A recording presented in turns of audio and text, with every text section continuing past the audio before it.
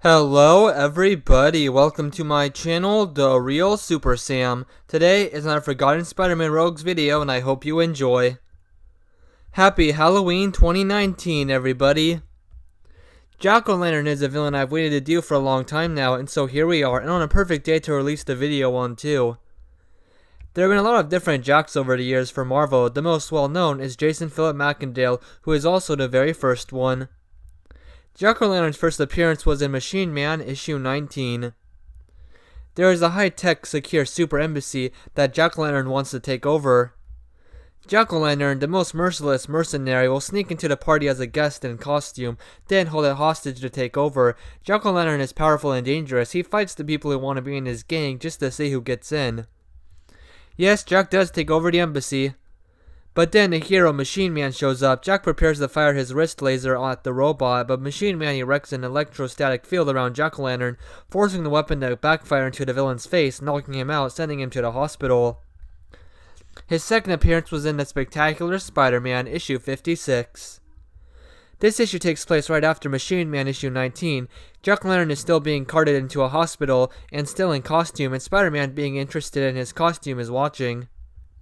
The doctors physically can't take Jack-o'-lantern's helmet off. Soon he wakes up from his comatose and walks out.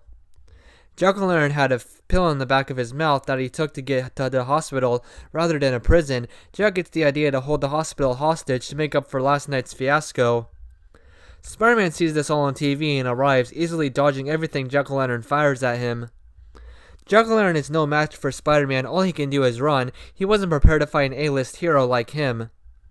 Spider-Man webs Jack's pogo platform and swings him back towards him, and thanks to Jack-o'-lantern's helmet, Spidey doesn't have to pull his punch here, and Jack in the end goes to jail. Next, he was in Amazing Spider-Man issue 254. Today, the Jack-o'-lantern is after Hobgoblin's old van that was driven into the river in issue 251, but Spider-Man in his new symbiote suit is here to stop him. Jack is doing this for the Hobgoblin apparently, even though he's presumed dead. In the end, he escapes. His next appearance was in Amazing Spider-Man issue 279.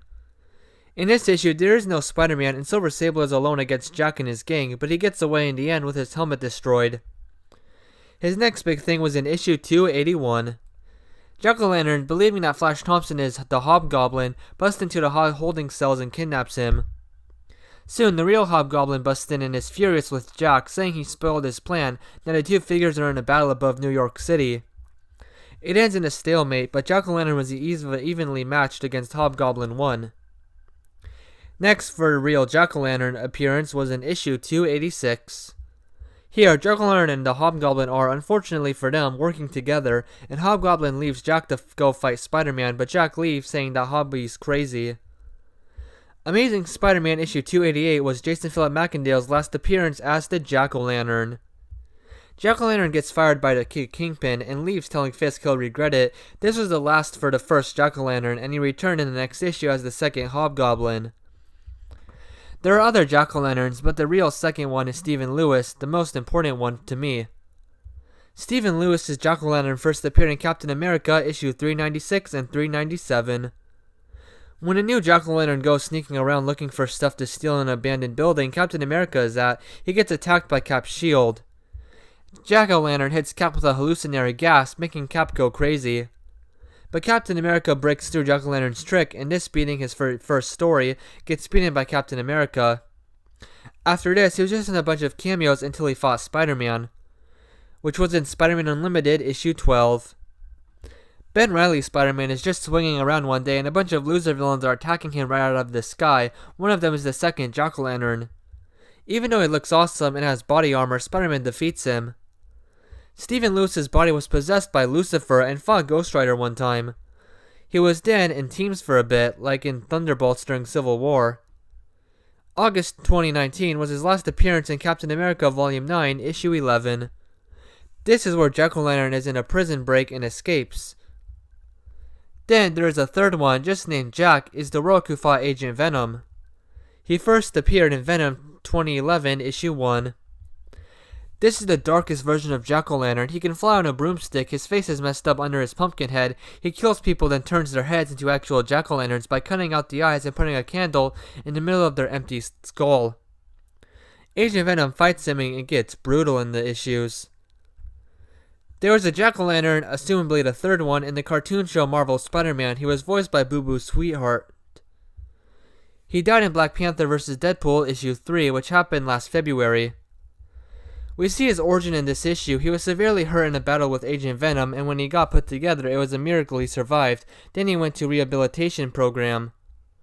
He was a normal guy for a while until he decides to go back to being a villain. Then Black Panther and Deadpool killed him, and that was the end. Jack-o'-lantern doesn't get enough credit. He looks amazing, has unique weapons and designs, and has been around for a while. My favorite stories of him are with the first one, Macendale, when he fought Spider-Man. The jokes in the art are really good in those early appearances.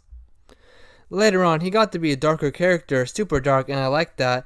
And I'm also glad they made a completely new person instead of bringing back Macendale or Lewis to be the one Venom fights through his series. This is a new one, an imposter now in the comics, and he looks really cool. I don't think they mess up on the look for this character ever. One thing though is that he was used horribly in Marvel's Spider-Man 2017 cartoon, and now, today he needs to make a bigger impact, hopefully in the 2020s. This was the 20th Forgotten Spider-Man Rogues episode, and I hope you all enjoyed. Bye guys, and have a good day.